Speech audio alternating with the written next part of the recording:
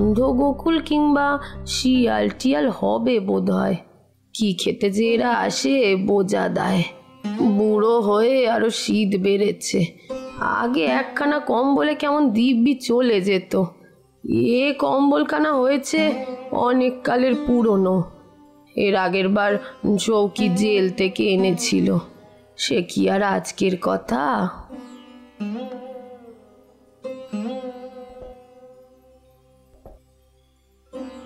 টিকটিকি ডাক বোধ হয়।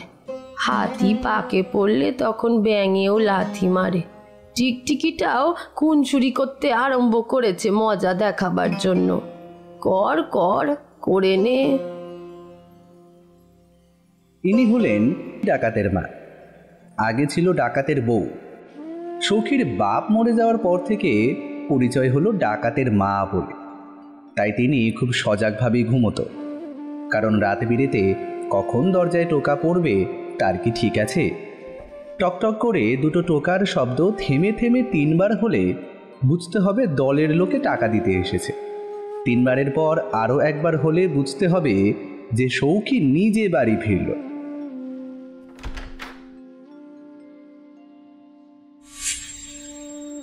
আরও কত রকমের টোকা মারবার রকম ফের আছে, কতবার হয়েছে আর কতবার বদলেছে। স্বামী ছেলে ডাকাত হলেও এখন সংসারে বড়ই অভাব, কারণ ছেলে এখন জেলে। তাই এখন ঘুমের থেকে চিন্তাটাই বেশি হয়।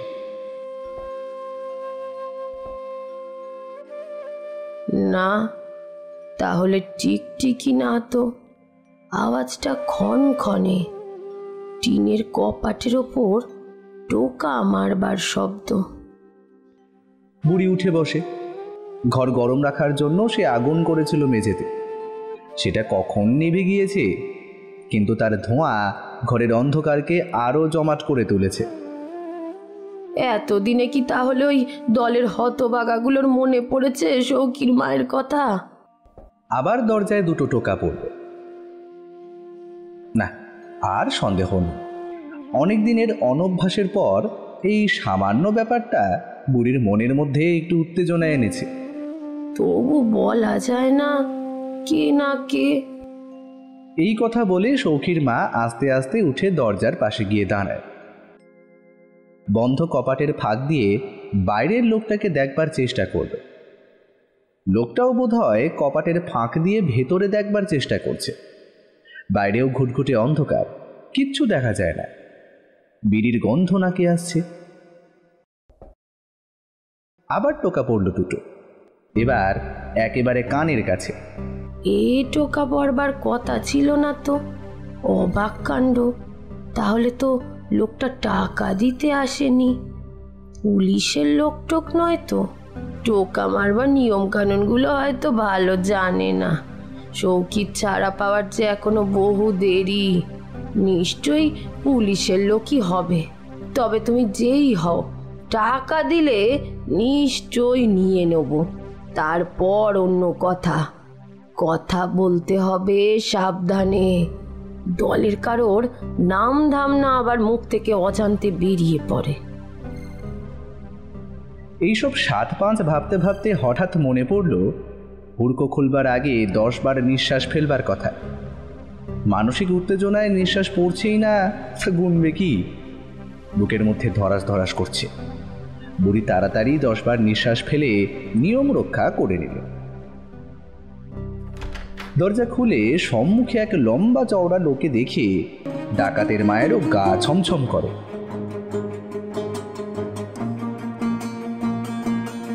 ঘর যে একবারে ঘুটঘুটে অন্ধকার, ঢুকি কি করে? কে? সৌখী? ওমা তুই? আমি ভাবি কে না কে।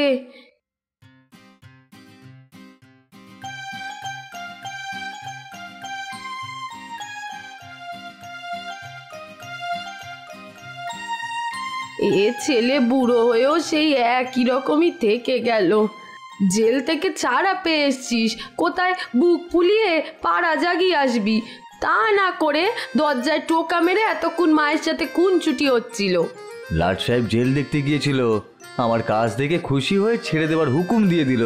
খুশি আর কি, হেড জমাদার সাহেবকে টাকা খাইয়েছিলাম, সেই সুপারিশ করে দিয়েছিল জেলার বাবুর কাছে, তাই বেশি রেমিশন পেয়ে গেলাম। আচ্ছা, এই তুই কুপিটা জ্বালাতো আগে, তারপর সব কথা হবে। দরকারের চাইতেও জোরে কথাগুলো বলল সৌখী, যাতে ঘরের অন্য সকলেও শুনতে পায়। তারপর মাকে কেরোসিন তেলের টেমিটাকে খুঁজতে সাহায্য করবার জন্য দেশলাইয়ের কাঠি জেলে তুলে ধরে। বুড়ি এতক্ষণে আলোতে মুখ দেখতে পেল ছেলের। চুলে বেশ পাক ধরেছে এবার, তাই বাপের মুখের আদল ধরা পড়ছে ছেলের মুখে। রোগা রোগা লাগছে যেন কেমন। সৌখী, তোর বাপের মতো জেলে গেলে শরীর ভালো হয়, তবে এবার এমন হলো কেন রে? ছেলের চোখের চাউনি ঘরের দূর দেয়াল পর্যন্ত কি যেন খুঁজছে। কাদের খুঁজছে সে কথার বুড়িকে বুঝিয়ে বলে দিতে হবে না। হ্যাঁ রে, জেলে তোর অসুখ বিসুখ করেছিল নাকি? এদের কাউকে দেখছি না যে। প্রতি মুহূর্তে বুড়ি এই প্রশ্নের ভয়ই করছিল। জানা কথা যে জিজ্ঞাসা করবেই, তবু বউ বাপের বাড়ি গিয়েছে। হঠাৎ বাপের বাড়ি? এতদিন পর বাড়ি ফিরেছে ছেলে, এখনই সব কথা খুলে বলে তার মেজাজটা খারাপ করে দিতে চায় না। মরদের রাগ শুনেই এখনই হয়তো ছুটবে রাগের মাথায় দলের লোকের সঙ্গে বোঝাপড়া করতে। নাতি আর বউয়ের শরীর খারাপের কথা এখনই বলে কাজ নেই। ছেলে ছেলে করে মরে সৌখীটা। আগের বউটার ছেলে পিলে হয়নি, এই বউয়ের ওই একটাই তো টিম টিম করছে। তার শরীর খারাপের কথা শুনলে হয়তো এখানে একদিনও থাকবে না সৌখী। এতদিন পর এলো, একদিনও কাছে রাখতে পারবো না। খেয়ে দে জিরিয়ে সুস্থির হয়ে থাকুক এক আধ দিন, তারপর সব কথা আস্তে আস্তে বলা যাবে। কেন, মেয়েদের কি মা বাপকে একবারও দেখতে ইচ্ছে করে না? না না, তাই কি বলছি নাকি। অপ্রতিভের চেয়ে হতাশ হয়েছে বেশি সৌখী। তার বাড়ি ফিরবার আনন্দ অর্ধেক হয়ে গিয়েছে মুহূর্তের মধ্যে। ছেলেটা কেমন দেখতে হয়েছে তাই নিয়ে কত কল্পনার ছবি এঁকেছে জেলে বসে বসে। ছেলে কেমন করে গল্প করে মায়ের সঙ্গে, তাই শোনবার জন্য টোকা মারবার আগে দরজায় কান ঠেকিয়ে কতক্ষণ দাঁড়িয়েছিল। ভেবেছিল রাত 9টার মধ্যে দুরন্ত ছেলেটা নিশ্চয়ই ঘুমোবে না। সে মনে মনে ঠিক করে ফেলে যে কালই যাব শ্বশুর বাড়ি বউ ছেলেকে নিয়ে আসতে। তবে এ কথা এখনই মাকে বলে ফেলা ভালো দেখায় না, নইলে মা আবার ভাববে যে নতুন বউ এসে ছেলেকে পর করে দিয়েছে। মা কত কি বলে চলেছে, এতক্ষণে শেষের কথাটা কানে গেল। নে, হাত মুখ ধুয়ে নে। না না, আমি খেয়ে এসেছি, এই রাত করে তোকে আর রাঁধতে বসতে হবে না। না না, রাত যে কে, খই মুড়ি আছে, খেয়ে নে। তুই যে কত খেয়ে এসেছিস সে আর আমি জানি না।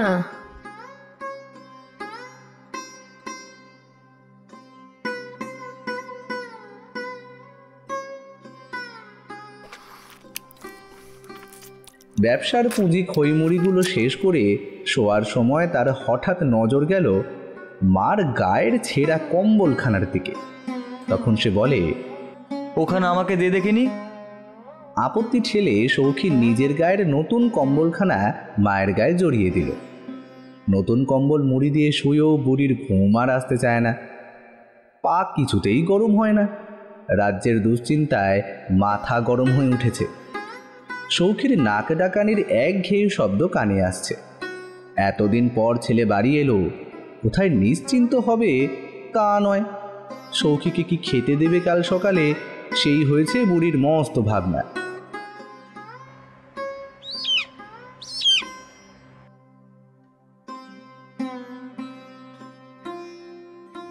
আজকের রাতটা না হয় খই মুড়ি দিয়ে কোনো রকমে চলে গেল।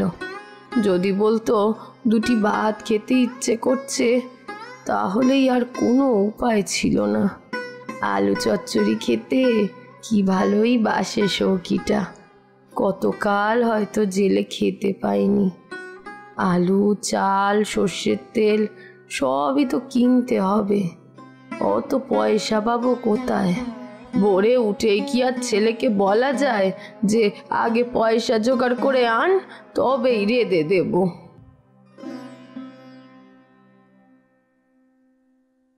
কাছারির ঘড়িতে 2টো বাজল। ভেবে কুল কিনারা পাওয়া যায় না। মনে পড়ল যে পেশকার সাহেবের বাড়ি রাজমিস্ত্রি লেগেছে। আজ যখন মুড়ি বেচতে গিয়েছিল তখন দেখেছে যে পড়ে যাওয়া উত্তরের পাঁচিলটা গাঁথা হচ্ছে। বুড়ি বিছানা থেকে উঠে পা টিপে টিপে বেরোলো ঘর থেকে।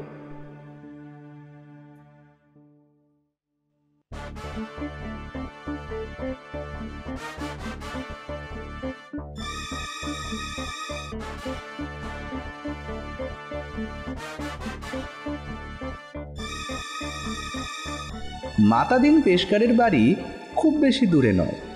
পাঁচিল সেদিন হাত 2-2.5 উঁচু পর্যন্ত গাঁথা হয়েছে। মাটি আর ভাঙা ইটের পাহাড় নিচে পড়ে থাকায় সে পাঁচিল পার হতে বুড়ির বিশেষ অসুবিধে হলো না।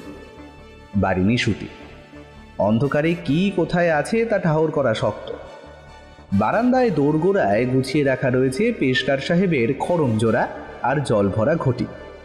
ভোরে উঠেই দরকার লাগবে বলে ভয়ে বুড়ি উঠোনের আর কোথায় কি আছে হাতড়ে হাতড়ে খোঁজবার চেষ্টা করল না। ঘটিটি তুলে নিয়ে পাঁচিল টপকে বাইরে বেরিয়ে এলো নিঃশব্দে। জলটুকু পর্যন্ত ফেলেনি। এখন রাত দুপুরে লোটা হাতে যেতে দেখলেও কেউ সন্দেহ করবে না।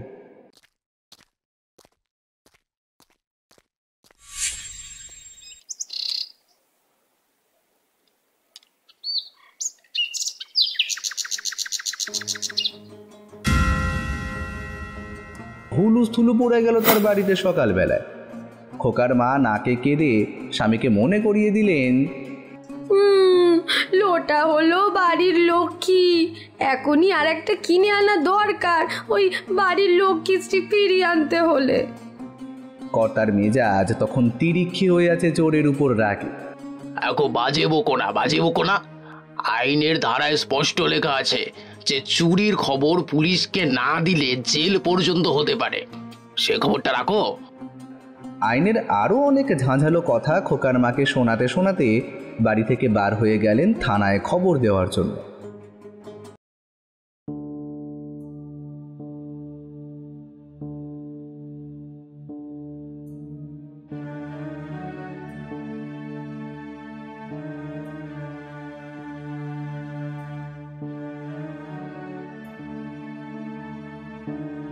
ফিরতি মুখে তিনি এলেন বাসনের দোকানে। নানা রকম ঘটি দেখালো দোকানদার, কিন্তু পছন্দসই কিছুতেই পাওয়া গেল না। পেশকার সাহেব বড় খুঁত লোটা সম্বন্ধে। কোড়ো দেওয়া লোটা, বুঝলেন কিনা?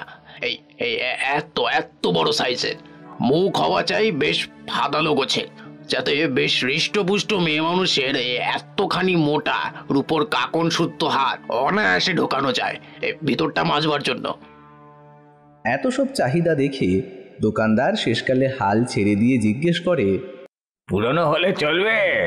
নামেই পুরনো, সস্তায় পাবেন এই 2.5 টাকায়। পুরনো বাসন বিক্রি হয় নাকি এখানে? কই দেখি। দোকানদার যেই ঘটিটা দেখালো সেটা দেখেই তার খটকা লাগলো। পকেট থেকে চশমা জোড়া বার করে নাকের ডগায় বসালো। খুঁড়োর নিচে ঠিক সেই তার আঁকা। না, আর সন্দেহ নেই। মাতাদিন পেশকার আইনের ধারা ভুলে গিয়ে দোকানদারের টুটি চেপে ধরেন।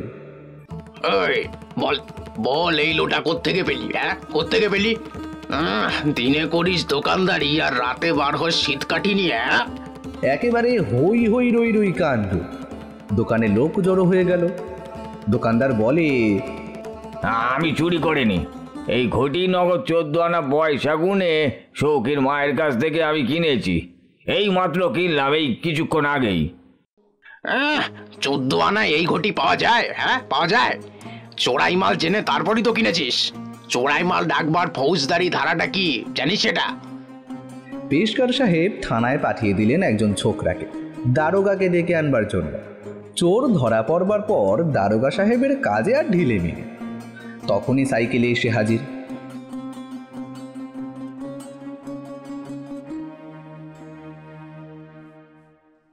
সব ব্যাপার শুনে তিনি সদল বলে সৌখীর বাড়িতে গিয়ে উঠলেন। সৌখীর মা আলুর তরকারি চড়িয়েছে উনুনে। ছেলে তখনও ওঠেনি বিছানা ছেড়ে। অনেককাল জেলে ঘড়ি ধরে সকাল সকাল উঠতে হয়েছে।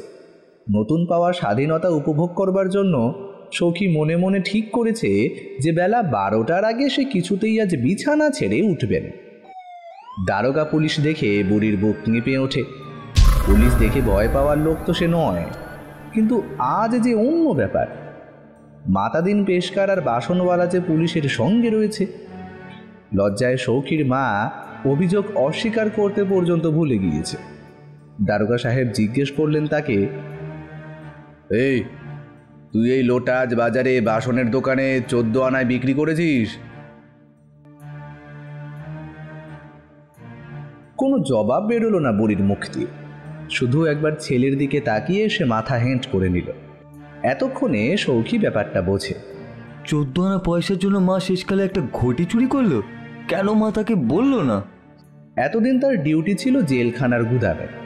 জেলের ঠিকাদারদের কাছ থেকে সে 90 টাকা রোজগার করে এনেছে। এখনও সে টাকা তার কোমরের বাঁটুয়ায় রয়েছে। মা তার কাছ থেকে চেয়ে নিল না কেন? মেয়ে মানুষের আর কত আক্কেলি বা হবে? হয়তো ঘর দূরের দিকে তাকিয়ে এক নজরেই সংসারের দৈন্যদশার কথা আঁচ করে নেওয়া উচিত ছিল আমার। বুঝে নিজে থেকেই মায়ের হাতে টাকা দেওয়া উচিত ছিল, কিন্তু সে সময় পেলাম আর কই? রাতে এসে শুয়েছে আর এই ওঠা, শেষ পর্যন্ত লোটা চুরি।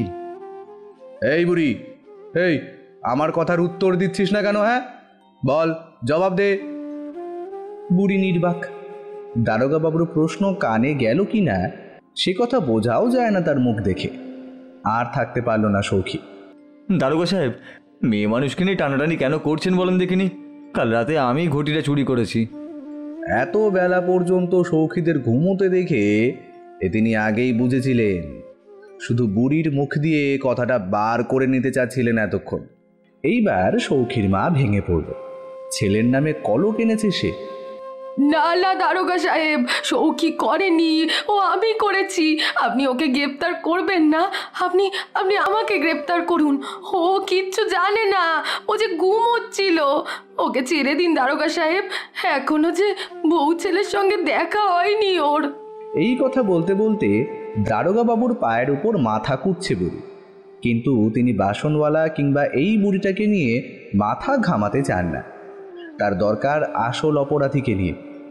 সৌখী যাওয়ার সময় কোমর থেকে বটুয়াটা বার করে রেখে দিয়ে গেল খাটিয়ার উপর।